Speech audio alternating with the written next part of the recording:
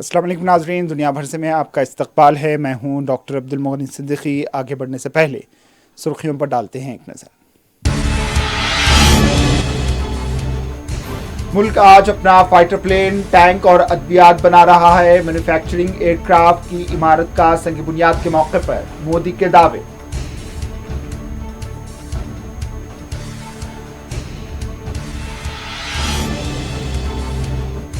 Texas civil court के बहाने BJP अवामी मसाइल को भुला नहीं सकती। बैरिस्टर असदुद्दीन अवैसी की बीजेपी पर तनकीद। कहा, बीजेपी ने मुसलमानों के खिलाफ नफरत पैदा करने की हिकमत अमली इख्तियार की।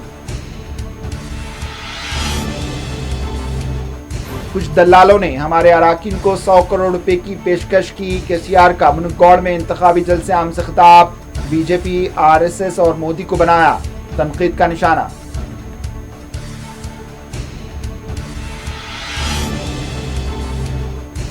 राहुल की पदयात्रा जारी। तेलंगाना के गोलापल्ली में बतकम्मा डांस में लिया हिस्सा। 21 नवंबर को हैदराबाद का करेंगे दौरा।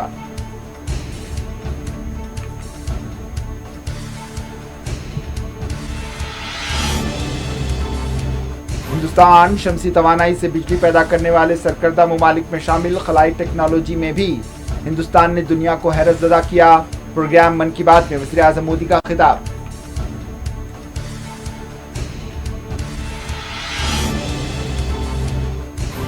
बगदाद में जबरदस्त धमाका, 10 अफराद हलाक, 20 से ज्यादा जख्मी।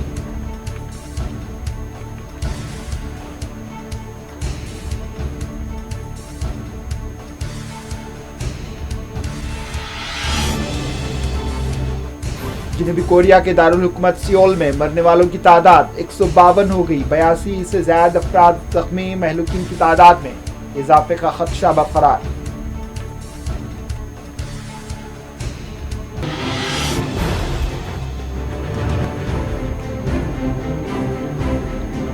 सुर्खियां आपने देखी, अब पेश है खबरों की तफसील।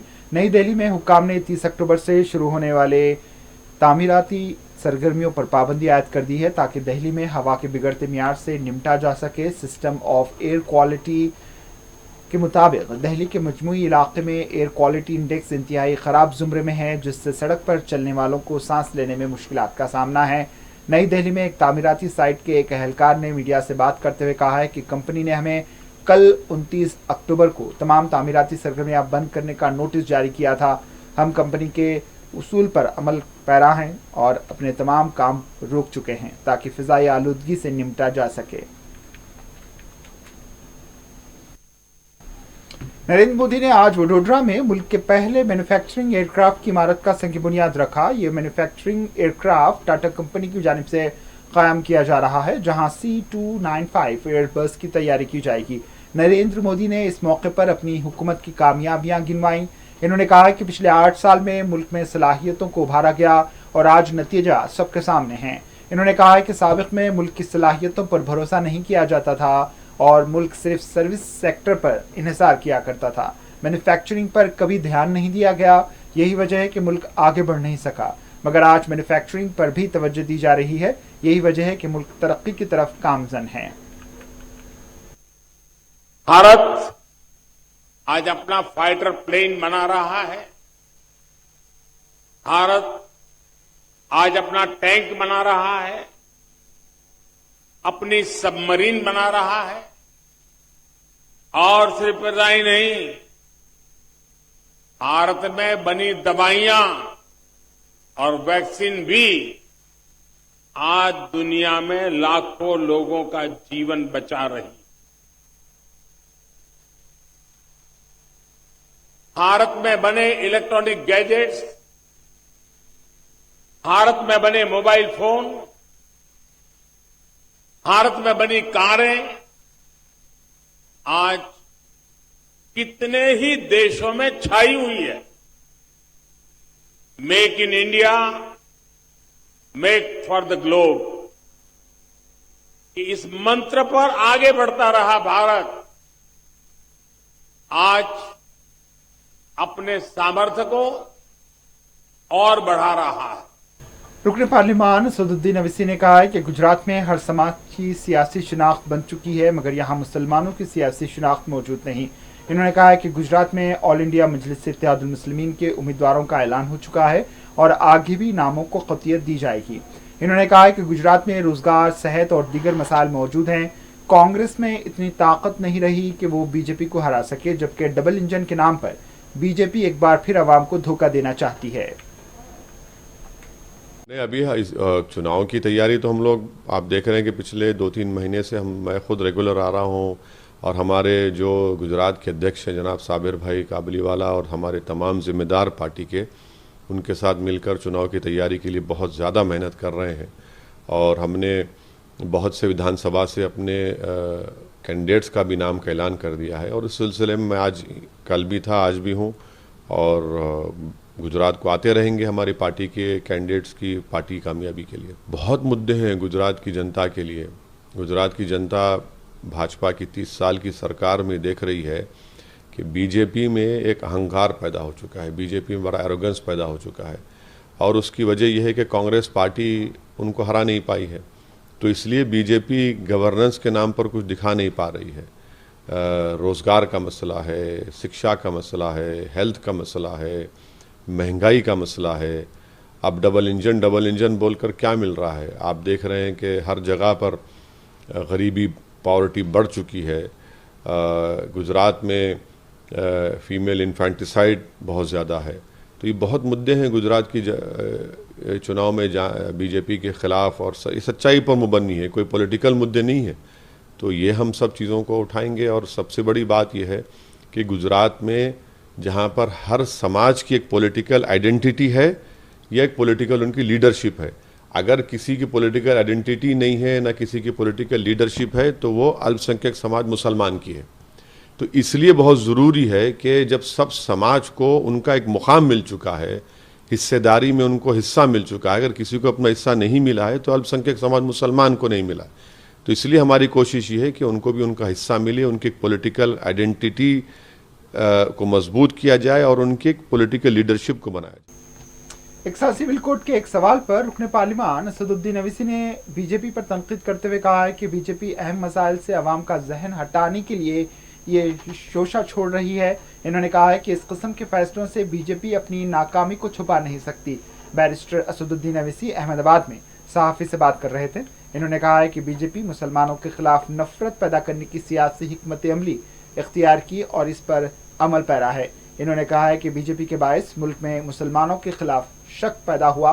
बीजेपी ने नफरत अंगेज सियासत से मुसलमानों को मुल्क के दुश्मन की तरह पेश किया। नतीजा ये निकला कि दीगर सियासी पार्टियां बीजेपी से बढ़कर हिंदुत्व एजेंडा सामने लाना चाहती हैं और मुसलमानों को मौशी तौर पर कमज़ोर बनाया गया।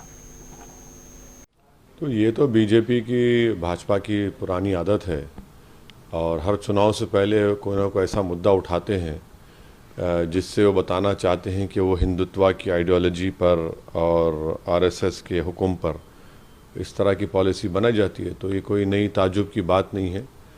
असल मुद्दों से गुजरात की जनता की तवज्जो हटाने के लिए, अपनी नाकामी को छुपाने के लिए, जो उन्होंने कोविड में लोगों को लाचार और यतीम बनाकर, बेसहारा बनाकर छोड़ दिया, जिससे कई लोगों की मौत हुई, ऑक्सीजन नहीं मिला, महंगाई आसमानों को छू रही है, बेरोज़गारी युवाओं का मुक़द्दर बन चुका है, जनता की तनख्वाहें कम हो रही हैं, तो मिस गवर्नेंस है गुजरात में। तो बीजेपी की ये कोशिश है, तो ये नई बात नहीं है, मगर बीजेपी अपनी नाकामियों को इस तरह के फैसलों से नहीं छुपा पाएगी।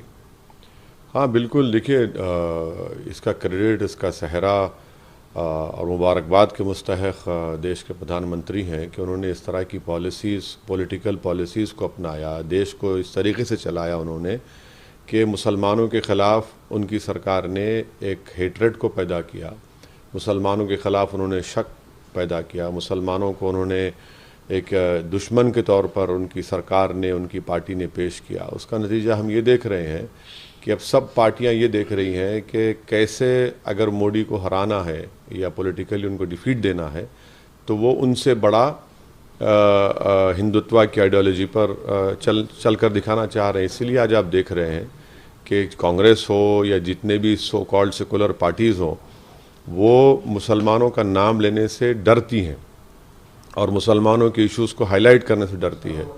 जबकि अगर आप देखेंगे कि दलित समाज, आदिवासी समाज के साथ अगर कोई नाइंसाफ़ी किसी से हुई है सरकारों की तरफ से, तो वो मुसलमान उसमें शामिल है। तो इसलिए मैंने कहा कि आज पॉलिटिकली मुसलमानों को एलिनेट कर दिया जा रहा है, पॉलिटिकली मार्जिनलाइज कर दिया जा रहा है, और उसका नतीजा निकल रहा है कि इकोनॉमिकली मुसलमान बहुत कमज़ोर हो चुका है और पॉलिटिकल एम्पावरमेंट तो कोई पार्टी नहीं करना चाहती। और इसीलिए मैंने कहा कि आज भारत की राजनीति में और गुजरात में मुसलमानों के वोट की ना ज़रूरत है ना उसकी अहमियत है दूसरे पार्टीज़ को, इसलिए उनको पॉलिटिकली इनविजिबल बना दिया गया है। बिहार के नायब वज़ीर आला तेजस्वी यादव की रिमार्क का जवाब देते हुए असदुद्दीन अवैसी ने कहा है कि नीतीश कुमार कई बार बीजेपी की मदद से बिहार के वज़ीर आला बने और अब वो आरजेडी की मदद से वज़ीर आला बन गए हैं। तेजस्वी यादव ने उन्हें गले लगाया और निचली सतह की सियासत शुरू कर दी। वाज़ेह है कि तेजस्वी यादव ने AIMIM को बीजेपी की बी पार्टी करार दिया था। उसी का जवाब देते हुए बैरिस्टर असदुद्दीन अवैसी ने कहा है कि बिहार में नीतीश कुमार और तेजस्वी यादव के पास मुसलमानों की तरक्की से मुताल्लिक कोई पॉलिसी नहीं है। कहाँ दिया इसने स्टेटमेंट? ये प्रेस कॉन्फ्रेंस में ही बोला। गुजरात में? नहीं गुजरात में। या देखिए, नीतीश कुमार कितने मरतबा मुख्यमंत्री भाजपा से बने? हाँ, आप उनको गले लगा लिए, भाजपा से मिलकर वो मुख्यमंत्री बने पहली मरतबा, भाजपा को छोड़ा तो आपने उनको सर्टिफिकेट दे दिया, वो सेक्युलर हुए। फिर उनको नीतीश कुमार ने राजद को गाली दी, फिर भाजपा के साथ चले गए और नीतीश कुमार जब कम्युनल हो गए, अब नीतीश कुमार फिर भाजपा को छोड़ दिए, इनसे गले मिल लिए, इनसे शादी कर लिए राजद के लोगों से, तो वो सेक्युलर हो गए। तो राजद के लोगों से मुझे कोई सेक्युलर की और बी टीम ए टीम की ज़रूरत नहीं है। वो खुद एक लो लेवल की पॉलिटिक्स कर रहे हैं। नीतीश कुमार से उनका अलायंस क्या है वो बताएं। जब नीतीश कुमार भाजपा के साथ थे तो क्या कम्युनल थे, अब तुम्हारे साथ आ गए तो क्या दूध के धुले हो गए? तो आप खुद अपॉर्चुनिस्टिक पॉलिटिक्स को फॉलो करते हैं और मुसलमानों के ताल्लुक से उनके पास कोई पॉलिसी नहीं है बिहार के, इसीलिए ओवैसी उनको उनकी आंखों में बड़ा खटकता है क्योंकि हम सच्चाई को बयान करते हैं। असदुद्दीन अवैसी की तनकीदों से बीजेपी परेशान हो गई है। बीजेपी लीडर नलिन कोहली ने कहा है कि एक्शन सिविल कोड से मुताल्लिक दस्तूर में गुंजाइश है और इसे लागू किया जाएगा। नलिन कोहली दिल्ली में मीडिया से बात कर रहे थे। नलिन ने तनकीद करते हुए कहा है कि असदुद्दीन अवैसी और उनके अराकीन असेंबली को चाहिए कि वो ख़वातीन को रुकन असेंबली या रुकन पार्लियामान बनाएं। तेलंगाना के वज़ीर आला के चंद्रशेखर राव ने कांग्रेस और बीजेपी को तनकीद का निशाना बनाया। KCR मनुगौड़ में इंतखाबी जलसे आम से खिताब कर रहे थे। इन्होंने कहा है कि हाल ही में दिल्ली के कुछ दलालों ने तेलंगाना की इज्जत नफ्स को खरीदने की कोशिश की और हमारे अराकीन असेंबली को 100 करोड़ रुपए की पेशकश की और उन्हें पार्टी छोड़कर साथ आने के लिए कहा, लेकिन इन्होंने इसे कबूल नहीं किया। बीजेपी और कांग्रेस का नाम लिए बगैर इन्होंने कहा है कि इंतखाबात से पहले ऐसी सियासी पार्टियां गैर ज़रूरी बयानात देती हैं। राहुल गांधी पर बिलराज तनकीद करते हुए इन्होंने कहा है कि इंतखाबात से पहले कई लोग यहां का रुख करते हैं, तमाशे करते हैं और डांस भी करते हैं। KCR ने अवाम से अपील की कि वो रियासत की तरक्की और मनुगौड़ हल्के की तरक्की को मद्देनजर रखते हुए TRS को कामयाब बनाएं। दूसरी जानिब कांग्रेस लीडर राहुल गांधी की भारत जोड़ो यात्रा तेलंगाना में जारी है। राहुल गांधी ने आज गोलापल्ली में रिवायती बदकम्मा डांस में हिस्सा लिया। उनके हमरा कांग्रेस के सीनियर लीडर और गांव की मुकामी अवाम भी मौजूद थी। राहुल गांधी की भारत जोड़ो यात्रा 1 नवंबर को हैदराबाद में दाखिल होगी, जो शमशाबाद से आरामगढ़ तक निकाली जाएगी। उस दिन शाम को 4 बजे चार मीनार के पास सद्भावना यात्रा कमेटी की निगरानी में यात्रा का आगाज होगा। चार मीनार के पास तिरंगा लहराया जाएगा। इसके बाद यात्रा पुराने शहर से होते हुए असेंबली सेक्रेटरीट से निकलेस रोड पहुंचेगी, जहां पर इंदिरा गांधी के मुजस्समे के पास जलसे आम होगा। राहुल गांधी बोयनपल्ली में क़याम करेंगे। 2 नवंबर को बालानगर ता BHEL होते हुए यात्रा शहर के बाहर चली जाएगी।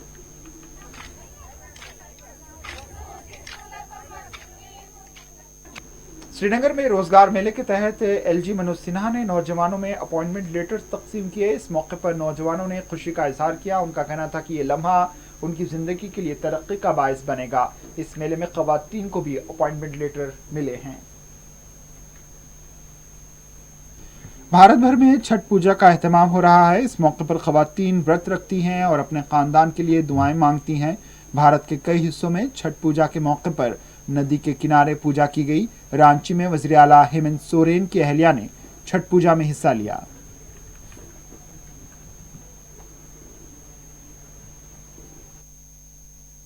बीजू जनता दल ने बीजेपी पर उड़ीसा के ज़मीनी इंतखाब में उसूल और ज़वाबित के खिलाफ वर्जी और तशद्दुद का इल्ज़ाम लगाया। बीजू जनता दल लीडर मतपित्रा का कहना था कि बीजेपी ज़मीनी इंतखाब जीतने के लिए तशद्दुद का इस्तेमाल कर रही है। वाज़ेह है 3 नवंबर के रोज़ उड़ीसा के धामनगर असेंबली हल्के के लिए वोट डाले जाएंगे।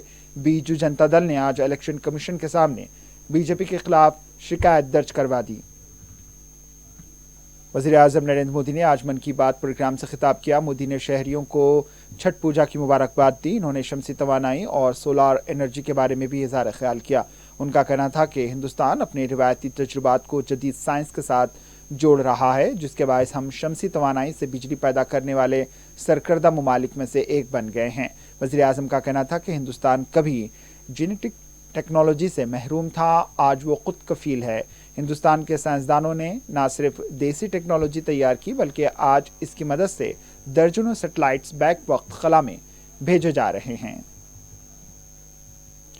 यकसा सिविल कोड से मुताल्लिक बीजेपी लीडरान के बयानात की खराब नीयत को जाहिर करता है। गुजरात इंतखाबात से कबल यकसा सिविल कोड के बयान पर दिल्ली के वज़ीर आला अरविंद केजरीवाल ने भी रद्द-ए-अमल दिया। केजरीवाल का कहना था कि दस्तूर में एक ऐसा यकसा सिविल कोड की बात कही गई है जिस पर मुल्क के तमाम तबकात और मुख्तलिफ मज़ाहिब के पैरोकारों का इत्तेफाक होना चाहिए। इन्होंने पूछा कि बीजेपी रियासत में क्यों यकसा सिविल कोड नाफिज करना चाहती है। लोकसभा में बिल मंजूर करते हुए पूरे मुल्क में यकसा सिविल कोड नाफिज क्यों नहीं करती। संविधान के आर्टिकल 44 में साफ साफ लिखा है कि ये सरकार की जिम्मेदारी है यूनिफॉर्म सिविल कोड बनाना। तो सरकार को यूनिफॉर्म सिविल कोड बनाना चाहिए, ऐसा बनाना चाहिए जिसमें सभी समुदायों का रजामंदी हो, सबको साथ लेके, सभी समुदायों को साथ लेके यूनिफॉर्म सिविल कोड बनना चाहिए। भारतीय जनता पार्टी ने क्या किया, उत्तराखंड के चुनाव के पहले एक समिति बनाई। उत्तराखंड का चुनाव जीतने के बाद अब वो समिति अपने घर चली गई। अब गुजरात के चुनाव के 3 दिन पहले एक समिति बनाई, अब ये भी चुनाव के बाद अपने घर चली जाएगी। मध्य प्रदेश में क्यों नहीं बनाते?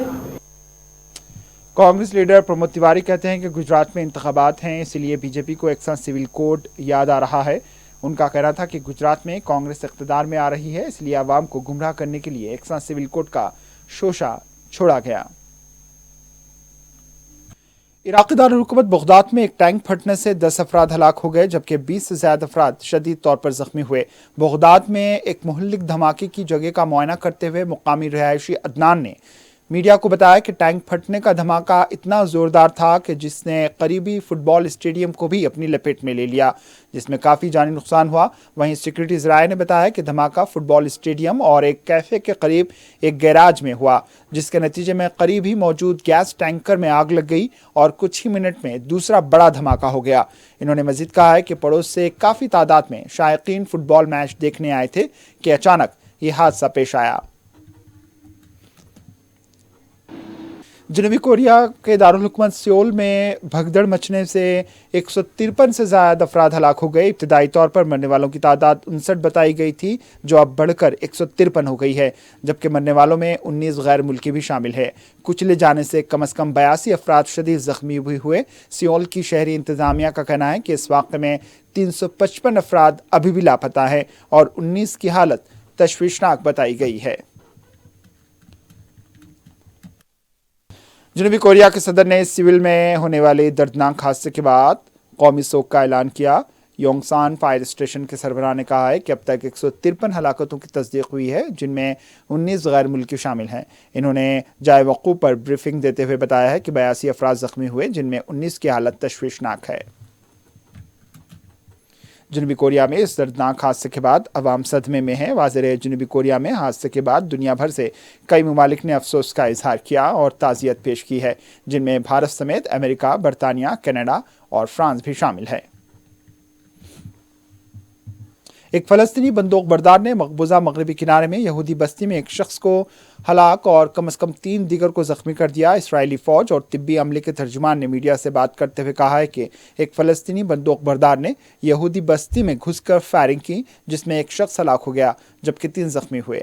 वाज़ेह है कि मगरबी किनारे में तशद्दुद इस वक्त बढ़ गया है जब मार्च में इसराइली फोर्सेस ने इसराइल के अंदर महलों में फ़लस्तीनियों के हमलों के जवाब में क्रैकडाउन शुरू किया था। इन इलाकों के दरमियान जहां फ़लस्तीनी रियासत का दर्जा चाहते हैं।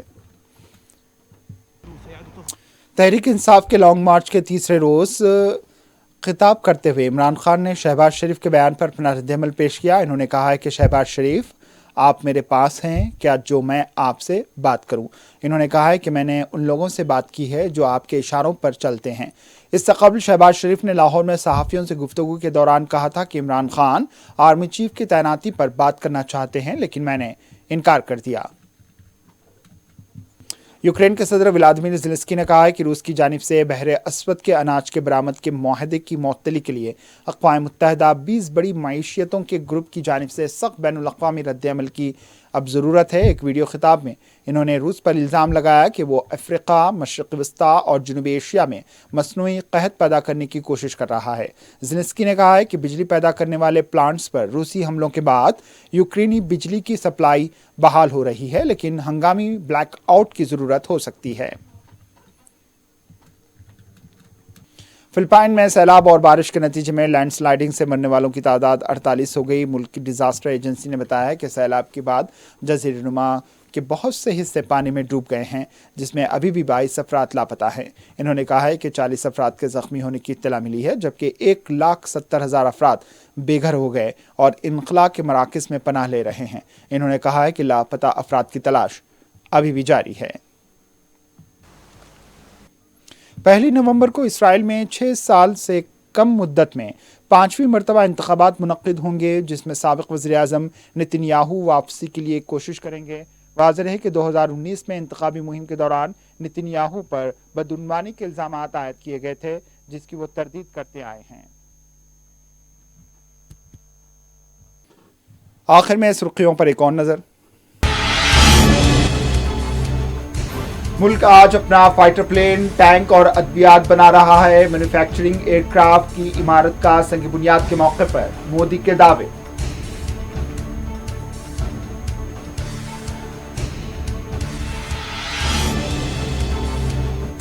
टेक्सा सिविल कोड के बहाने बीजेपी अवामी मसाइल को भुला नहीं सकती। बैरिस्टर असदुद्दीन अवैसी की बीजेपी पर तनकीद। कहा, बीजेपी ने मुसलमानों के खिलाफ नफरत पैदा करने की हिकमत अमली इख्तियार की। कुछ दलालों ने हमारे अराकीन को 100 करोड़ रुपए की पेशकश की। केसीआर का मुनगौड़ में इंतखाबी जलसे आम से खिताब। बीजेपी, आरएसएस और मोदी को बनाया तनकीद का निशाना।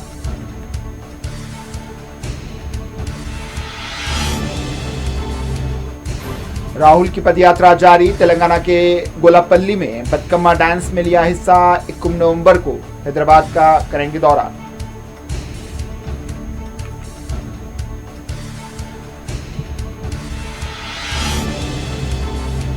हिंदुस्तान शमसी तवानाई से बिजली पैदा करने वाले सरकर्दा ममालिक में शामिल। खलाई टेक्नोलॉजी में भी हिंदुस्तान ने दुनिया को हैरत ज़दा किया। प्रोग्राम मन की बात में वज़ीर आज़म मोदी का खिताब।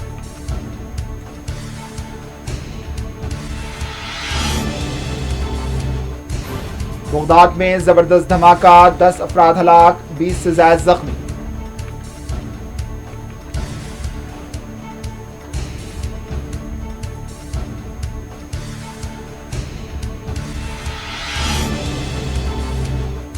जनूबी कोरिया के दारुल हुकूमत सियोल में मरने वालों की तादाद 152 हो गई। 82 से ज्यादा अफराद जख्मी। महलूकीन की तादाद में इजाफे का खदशा बरकरार।